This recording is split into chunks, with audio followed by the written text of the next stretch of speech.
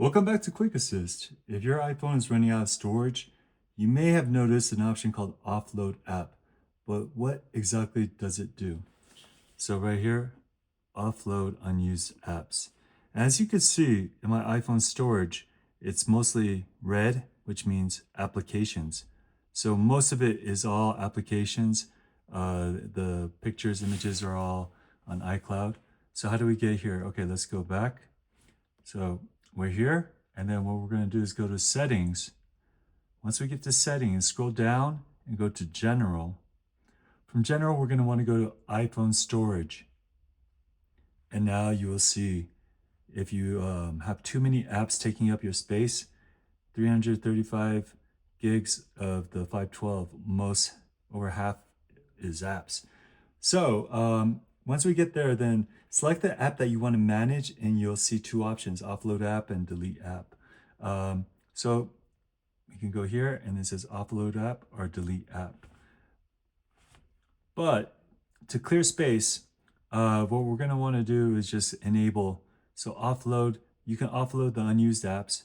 And what that means is offloading an app removes the app itself from your iPhone, but it keeps all its documents and data.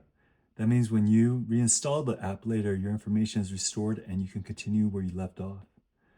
This is a great option if you rarely use an app, but don't want to lose your file settings or progress. So for example, if you scroll down these apps, you'll see these apps on the bottom are probably the ones that you don't use as much. So if I click here, and then I don't want this app on my phone anymore until I use it again, but I want to keep the data that has been stored, the documents and data right here, then we're going to go ahead and push Offload App. And then now this app will be gone off the phone. Okay, so then now I can reinstall the app, but then yes, you can basically just go through the apps that you don't need and then just offload the apps. If you, for example, are not going to use an app until next month, or if you're traveling and then you're using Grab in one country and you're using Uber or whatever in another, then you can actually offload that app until you go back to that other country. So this is quite handy, and then yeah, it will help you start saving some space, but then it just takes some time. As you can see, like some of these other apps are taking, this one's taking a lot, 77 gigs, 47 gigs. So I can actually offload this app,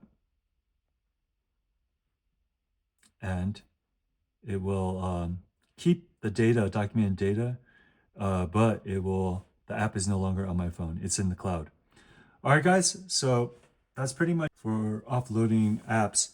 But in comparison, when you go into an app, like say I go into here, I could actually delete the app as well. So by comparison, deleting apps removes both the app and the data from your iPhone.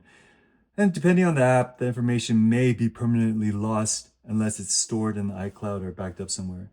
So if you have a lot of apps you don't use often, offloading them can free up the storage space while keeping your data ready for when you need it again. Just remember that you'll need an internet connection to download the app again before you can use it. I'll just have one last thing. For most apps, your documents and data stay on your phone. However, if it's still a good idea to make sure that the information is backed up, especially for apps that store data locally. Apps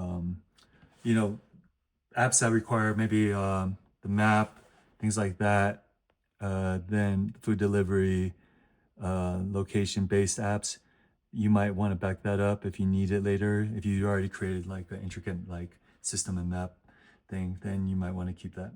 All right, so yeah, just go ahead and try that out and then start offloading the apps individually that you don't need, and that will help you save a lot of iPhone storage space. All right, guys, thanks for watching. I hope this video helped. If it does, please give it a like, subscribe, comment. See you next time. Bye-bye.